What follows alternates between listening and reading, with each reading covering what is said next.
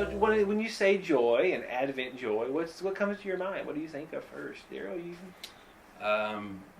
Besides you'll laugh at me or whatever. The way my brain works, the first thing I thought of joy was I thought of Brene Brown, because in a lot of her research she talks about joy. What does she say? She says that joy is a byproduct of gratitude, and gratitude involves being present. And the problem with not having joy is we get stuck looking back in guilt or shame, or looking forward in worry or fear, and it steals us away from the present moment, whatever that moment is. There's a name for foreboding joy or whatever. It's like you're experiencing something good, but you can't fully enjoy it because you're like, something's bound to go wrong. Right. Something's coming, and that's the problem. And so what happens is gratitude, of being conscious of things, being grateful, brings you back more to the moment where you can truly embrace that experience. Something bad may happen, but living in the past or the future kind of steals away that experience. Right. I've read some Brene Brown. I wasn't aware that she was that Buddhist, because that's very close to mindfulness. I think she does tap into several different. I feel like she's got Catholic backgrounds. I believe she talks about Christianity a lot, I think, in her going to church. But it's more from a different... But let me be clear, not everyone who goes to church is like Orthodox. I'm reading that book right now. Talks about how people mix and match. So they may go to church and sing songs to Jesus, but then go home and check their zodiac chart to see how they feel today. And her research that I'm referencing, I assume, is more done on the interviews she's had with people, and so it's cumulative data from conversations that may be influenced or either may line up with a certain belief system or whatever. But that's so do you agree with Brene Brown? There's a lot of it that makes sense to me. The more I've read about the Enneagram... We'll say it again. What was that? There it goes. The pentagram? Is mindfulness and the idea of being present, being here now to experience whether it's relationship, whether it's life, whatever. So much steals us away from that, and there's a lot tied into that, and so I see a lot of sense in it. I think joy is an action. It's one of those action words, because you have to choose it. You have to choose to be joyful, and I know it has to do with your feelings and your emotions and your state of mind. I think all that kind of has to go together to choose that, that joyfulness. So how do you choose that, Miss D? By following Jesus. Well, that's what we talked about. Okay. It's children's church. Yes, you follow Jesus, but... That's the Sunday school answer. Sometimes when you follow Jesus, your world falls apart a little bit, because it's the But you have to... The enemy comes at you, or you realize that the things that I thought I loved to do, I'm not supposed to do anymore. Well, and just like the themes in Advent, the first hope, you're preparing, and now we're to the point of expectancy and anticipation. So you have to endure the hard things to get to this point, I think, and you have to take from those things and know and trust that there is joy in those things, even though it's hard, and it's hard not to think about what may or may not happen and waiting for the other shoe to drop, but you have to know what you know, not just in here, but here too. See, I'm closer to where you're at than where you and Brene are at. Okay. I'm more, for me, any sense of joy that I have doesn't come from my present circumstance. Right. Because my present circumstance may actually be horrible, not good. Not good, or a delusion, or an illusion that is not real. But my joy comes from the fact that the fact that someday there will be a release from all that problem of the present world. I consider not this present world. Finish the scripture for me. I consider not the pain and trials of this present suffering. I think it's Philippians. Yeah. It's in there. It's in there somewhere. Like I can't get the whole thing out. But the gist of it is, something better's coming. If only our pastor knew the Bible. That getting through this in the future is when it's going to be. And the anticipation of it, like it reminds me of a woman fixing to have a baby. She goes through the morning sickness and she goes through the being tired and all those things. But now she's, showing she's big, and you can feel that baby move and kick, and you're ready for that baby. And there's that anticipation and that expectancy and that excitement that it's fixing to happen. Today's liturgical reading from 1 Thessalonians is that the second coming is like birth pangs, like a woman going to have a baby. And that's exactly what it feels. I mean, that when I think of it, that's what I think about. Well, and I'm not suggesting there's a difference between happiness and joy, and I think happiness is the thing that's more circumstantial in my definition.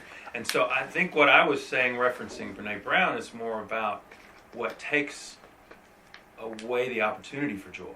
Yeah. Is being distracted. But when you talk about joy, joy is a fruit of the Spirit, and a fruit is birthed out of, it's a lengthy process, and it's more of a undercurrent in your life that's more sustaining. And so I'm not suggesting that joy is circumstantial. I think joy is something that supersedes your circumstances, that is more of a constant. But I think the reason maybe we don't experience more joy is because of some of our mindsets and some of our habits and attitudes and the way we look at life and the world that does rob us from being present with what's going on around us. Where maybe life is not very circumstantially good, but I can be present with that, and I can still have some sense of joy, like you're talking about the birth analogy, because of a bigger story arc, so to speak. Yeah. For me, like growing up, anytime I'd have trouble with like friends or whatever, my mom would always say, well, if you're going to let them steal your joy, just go ahead, and so just learning that... I could just see your mom doing that, shaking her head while she's doing it. You're going to let them steal your joy, but... Not happy about it, but I'm joyful. Matter of fact. Yeah. So, and just remembering, like, you can't control what other people do, but that attitude is... And technically, people can't steal your joy. You have to allow them to do that. Right. So, Right. So it's a choice. I'm pretty closely tied to Psalms, where it says, like, the sorrow will be for the night, because I'm on the crying couch, but the joy will come in the morning. And I think out of that deep, deep grief, there comes more joy. And so when you go through, the deeper the grief, I feel like the more joy, because then you start appreciating and having gratitude for those little things. Well, and it's in those grieving moments that you, not only do you grow closer to the Lord, but He draws you in closer to Him too, and you have that intimate relationship. And I think it's Viktor Frankl, who was in Nazi concentration camps, who said, I think it was him, who said, one of the last true freedoms we all have is our ability to choose how to react in any given situation. And I think joy has, and like what you're talking about, joy has a lot to do with that we do depend so much on externals to kind of pull us, it's the daisy pedal with God, good things happen, God loves me, bad things happen, God doesn't love me, and it's too superficial and flimsy, I think, in that type of mindset. And that becomes works. That becomes you having to work at it. What do I need to do to... I'm not convinced that happiness and joy are that different. In my rendering of all of that, there's it's kind of an English wordplay of semantics. I understand what people mean when they say that. A fudge, back in the days when I could have chocolate, fudge was delicious, and when I'm having it, it's hard to be in a bad mood when you're eating fudge, right? So when you're having that temporary, I get that's happiness, that's not joy, but so much of it is the same idea that in my temperament, my being, my life, there is a sense of wholeness and completeness that comes from my relationship with the Lord and not from anything else. And I think happiness and joy are all wrapped up in it. The Beatitudes, blessed are the poor in spirit, all that. Well, the word blessed, we always translate it, could also be translated happy. Happy are the Happy. poor, which is really no. The poor are not happy, but happy are the poor in spirit, Yeah. for theirs is the kingdom of heaven. So you get that happiness that comes from our Maybe it's relationship an with the Lord. expression of joy or something. I can see where you're at with the certain. I'm glad you made the delineation that your understanding of being grateful in the moment is not the same thing as being dependent upon circumstances. Yes. I'm glad you clarified that for me, because those are not the same thing. I think there are more practices that we implement in our life that help fertilize, if you will, joy as an Fertilizer overarching. stinks, though. Could I have be. shoveled some of that Could in my be. lifetime. It's kind of like grief, though. Like out of that rotten time, or out of that rotten experience, something good comes. You know, the last part of the grief cycle is joy. You return to joy. Was it Wordsworth? Surprised by joy. And C.S. patient Lewis. I was as the going to wind. ask you about that. And I think it's I don't know this poem, but C.S. Lewis didn't he have a book called Surprised by It's his Joy? little autobiography. It's actually not little. It's called Surprised by Joy, which is a play on words because his wife's name was Joy Davidson, and so and then she died, and just tragically died. Horrific. He named his autobiography Surprised by Joy, but he also wrote A Grief Observed, which is the most heart-wrenching examination of grief. And C.S. Lewis had this encounter. He wrote it as he's going through grief. Didn't really get through it, and he wrote it under a pen name. A friend said, "I've read this book. Maybe you should read this." He's like, "Yeah, I'm familiar with it." Firsthand. Scholars like to delineate the fact that he wrote A Grief Observed, but he also wrote The Problem of Pain.